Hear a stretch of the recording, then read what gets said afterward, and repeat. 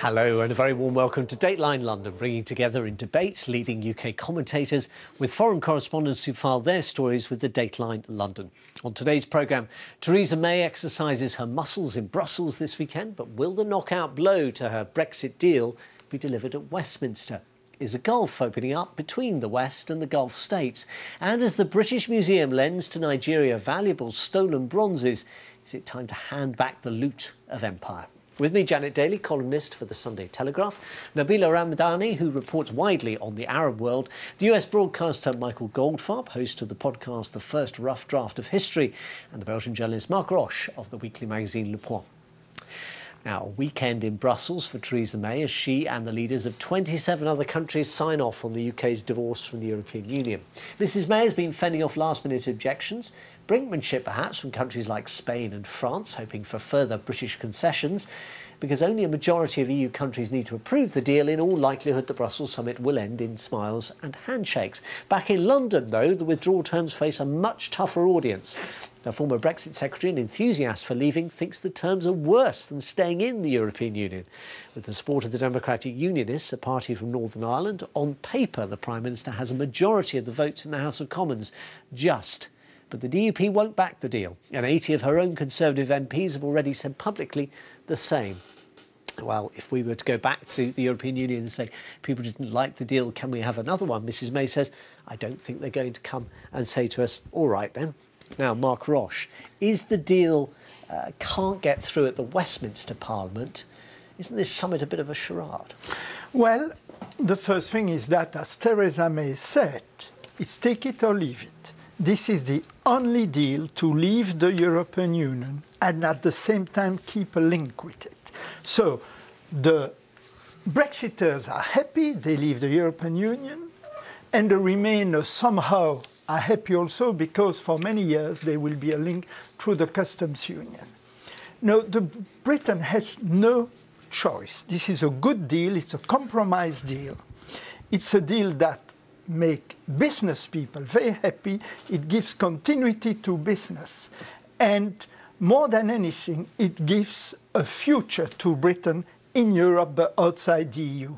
So I think that people like Janet, who disagree about the deal, should forget about the illusion of grandeur, should forget about going on your own. You should think this is the deal and you should embrace it for the national interest of Britain. I thought the only people who made you an offer you couldn't refuse were the mafia. This is a new political development on the world stage. There are absolutely sound reasons why people are saying it would be better to stay in, and some of them mean it because they're mischievous and they're actually Remainers and they wanted to stay in anyway. And other people are saying it quite sincerely because what they mean is that it is a basic principle of modern democracy that the legitimacy of the law derives from the consent of the people.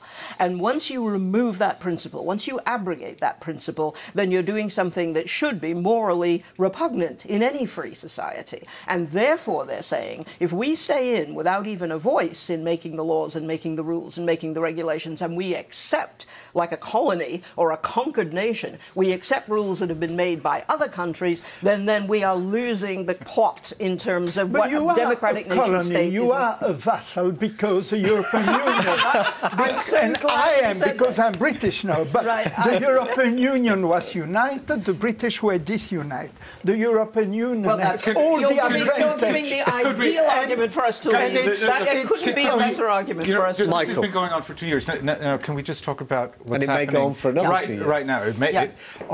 But the first time we talked about it, I said the grass was very long and that's where we would end up. But I'm not sure that that's going to happen now. I mean, one thing I would say, and I know Janet will appreciate this, is why are we going through this 2-week-long charade? She's going to have to write a couple of columns. And we all know that when she brings this withdrawal agreement to the Commons, the arithmetic as of today doesn't work. She is going down. Why is she going down? That's why the other leaders have decided, we hear on Saturday, that there's going to be no photo call, there's going to be no actual handshake, because actually they don't want it printed 2 weeks later when the deal's demolished in Westminster. But what I'd like to do is just talk about something we rarely talk about when we talk about it on this show, which is, look, majorities and majorities. 16 million people voted to remain. 17 million roughly, voted to leave. Yeah. Now, the 16 million have no party.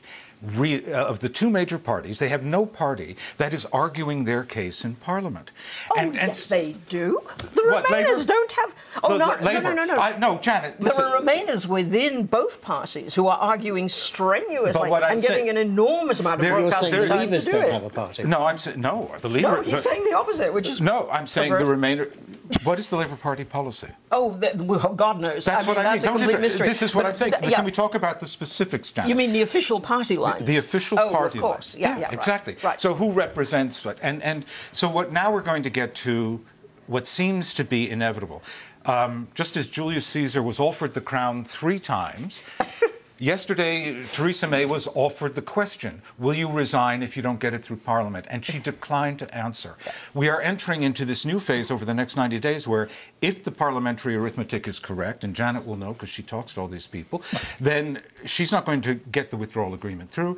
Then there's going to be a general election, and then what on earth will happen? And what will the EU 27 do? There doesn't have to be a general election. There doesn't have to be a general election. There has to be, in theory, a leadership election, although the party could do the same thing and decide by acclamation to appoint a caretaker who will say explicitly, I will not stand at the next general election, but I will see us through this period. That would be the most sane, rational way to approach this. When has the sane, rational happened in the last 2 years? It's the only deal which is on the table. Yeah, I think as Mark was saying, Britain has effectively been renegotiating its relationship with Europe for centuries, but the myth... Sometimes with arms and sometimes with pens, yes.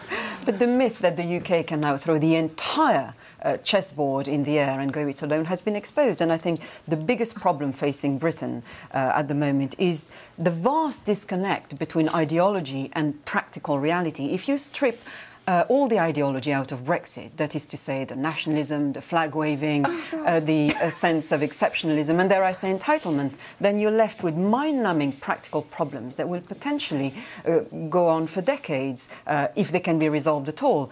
And I think the Brexiteers are more excited by the idea of Brexit than the reality of it. And European politicians actually, slaving over a fiendishly complicated divorce bill this weekend sums up the problems.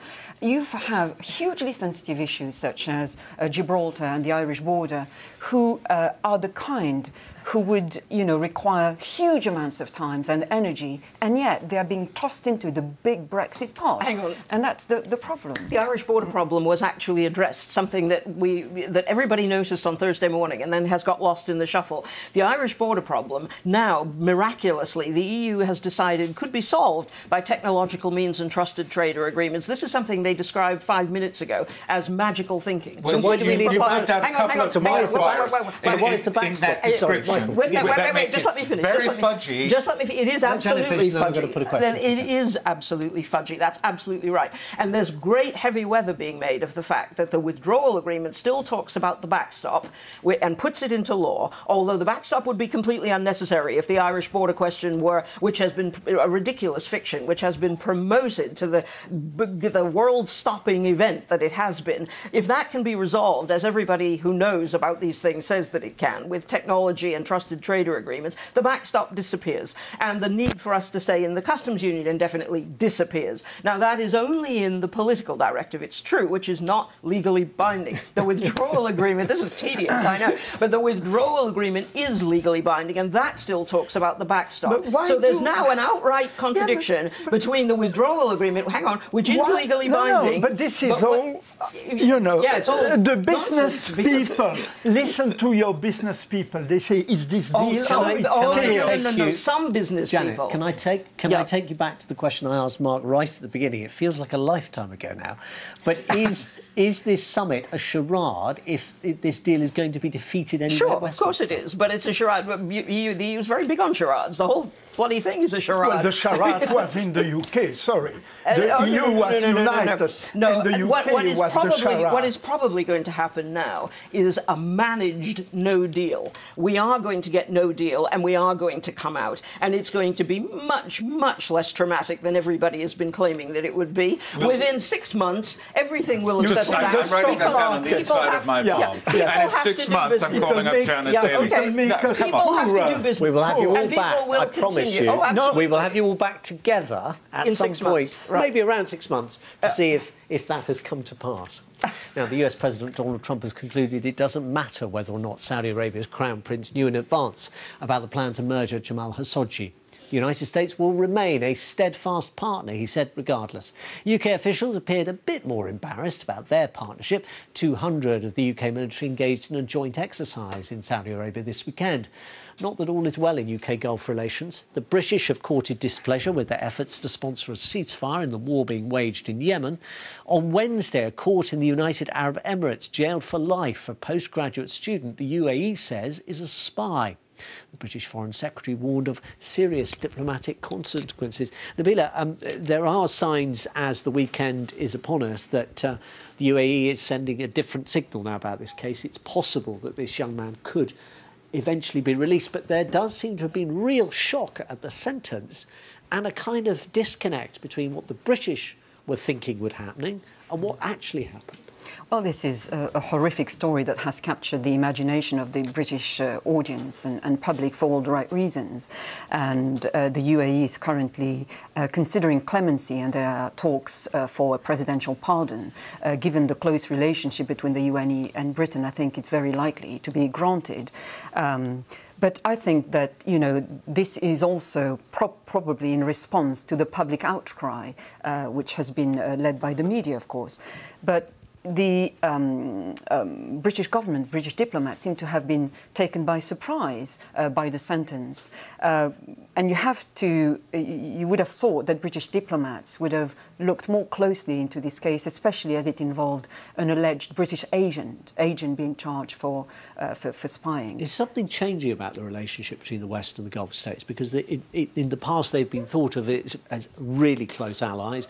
The West not always keen to call out some of the things that are happening that it might normally not approve of in those countries broadly following a foreign policy line that the West approved of. I think what all these kind of cases that you've highlighted actually show is the abject amorality of the West's and including Britain's relations with super-rich Gulf states. I mean, both parties to this cosy relationship pretend that they can sort problems together and that the petrodollar profits can keep flowing, whatever happens. The truth is that the Gulf states would do whatever they want as long as they remain one of the biggest markets for British arms, and they can assist the West in prosecuting devastating wars against Middle Eastern and North African countries. So due process or any kind of justice actually goes out of the window if countries such as the UAE and Saudi Arabia do what they have in mind. Meanwhile, I have to say, Britain pretends to impose civilized values when in fact the West's entire value system is based on multi-billion dollar profits and the maintenance of security on its own terms. Michael, what do you make of, in particular, Donald Trump's remarks this week that we're going to remain steadfast partners? In a sense, it doesn't matter whether you disprove the Khashoggi killing or not, whether or not the Crown Prince knew about it. It's interesting. I mean, there's one thing that you can say. I'm not sure I want to use the word positive about it, but I mean, the man does actually say, without any diplomatic havering about, what the truth of the relationship is, which is very similar to what Nabila was just saying. Look, there has existed for decades, going back actually to, I mean, really half a century and more, a kind of perfect feedback loop. We give them money for oil. In Saudi Arabia, they ship a considerable amount of that money back in the form of arms purchases. And the U.S. has never broken from that. And so when Trump says, oh, they're going to buy $150 billion worth of arms, no such order exists. I mean, the usual Trumpian will say exaggeration. No, we won't. We'll say the usual Trumpian lies in tweets. And it doesn't matter because he's saying an essential fact that when he says, well, if we don't trade with them, somebody else will. He doesn't mean Britain. he means Russia and China. Well, Russia won't trade with them because Russia trades with Iran, and that's going to get in a problem. But China will trade with anyone, and he's right, and he'll say that. So this props up the House of Saud, and they can continue to act as what they are, which is essentially an absolute feudal monarchy. And Saudi Arabia's economy is, in a sense, it is feudal. The money goes into the Al Saud, and it gets distributed to other tribes and to other people, and this is what sustains the economy. So, unfortunately, the harsh reality is that the Crown Prince can, it's alleged, and it seems likely, send a hit squad to Turkey and literally butcher dissident journalists, and he wasn't even a dissident a year ago. He was part of the inside group. He was just saying in public that you're not the reformer you used to be, and you get this. Janet, what do you make of this Matthew Hedges case? This is the student who has received this life sentence, although clemency is now being considered, because it clearly seems to have caught the British Foreign Office on the hop. Yes, the trouble is it's so opaque, these situations, that we don't actually know how much people knew and what they knew. It's always very difficult to read these situations, but it is, on the face of it, appalling. And it's a very peculiar way for a country that considered itself to be an ally to behave. Why would the British be sending a secret agent to a country that is an ally? There isn't even any sort of plausible pretext for doing so. And they weren't claiming that he was an agent for some other country under the guise of British. Yeah. For Britain. That is something gone seriously wrong. And that doesn't bode well for the relationship longer term, does it? If there are all these fractures opening up. At the end of the day, the main arms dealer with the UAE is France. And so for France to criticize the UAE is absolutely out of question. Now, if you go to Dubai, you have this marvelous modernist thing, but it's a nasty human rights abuse, because I remember going to cover for Le Monde this poor girl who has been accused of prostitution. Same thing, she got life, she got torture, no lawyer, and only the intervention of the president came. So I think that all these poor Indian workers in Dubai who don't have a president or a foreign secretary, those are nasty places. There does seem to be more susceptibility to public opinion now. I mean, I think that the Crown Prince in Saudi Arabia has really been reined in. And I think that's because it was bad, very bad optics, as they say in Washington. And so I think that they're not invulnerable to public opinion, as we might once have thought they would be. And there's just one other thing I'd like to throw into the conversation, which is, in the case of Donald Trump, he does so much personal business with all the Gulf monarchs and the Saudis. And this is actually potentially dangerous for him, although I don't think he recognizes it. I mean, in the American Constitution, there is a section, a paragraph that works to try to prevent the creation of an aristocracy. And within that paragraph, there's a clause called the Emoluments Clause, which basically says the chief executive cannot personally profit from relations with other countries. Now, the Qataris have taken out a massive lease on his son-in-law's Fifth Avenue trophy building, which was losing vast sums of money, and now they've guaranteed that he will be in profit. The Saudis, whenever they're in Washington, they stay at Trump's house. We've got another subject covered, but the general point you're making... And the point is that there is no reason for Donald Trump to stand up to the Saudis because he is personally, it seems, profiting truth from what you this. were saying, no previous American leader has either. Never. Or Europeans. Yes. Now, it's the unfinished business of Europe's colonial past, the treasures from Africa and Asia held by the collections of empire. This week, the governor of Easter Island pleaded for the British Museum in London to return one of the giant statues taken by British soldiers in the 1850s as a gift for Queen Victoria. The governor said, "You have our soul."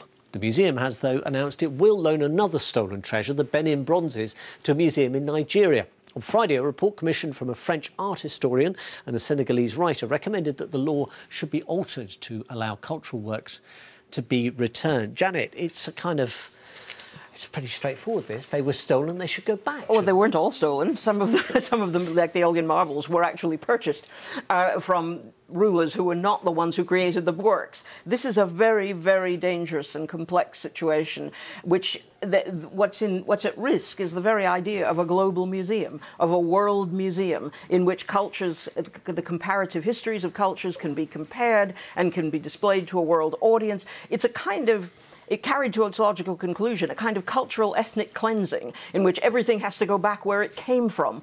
Would you carry it to the extent of all the Italian Renaissance paintings that are in America being sent back to Italy?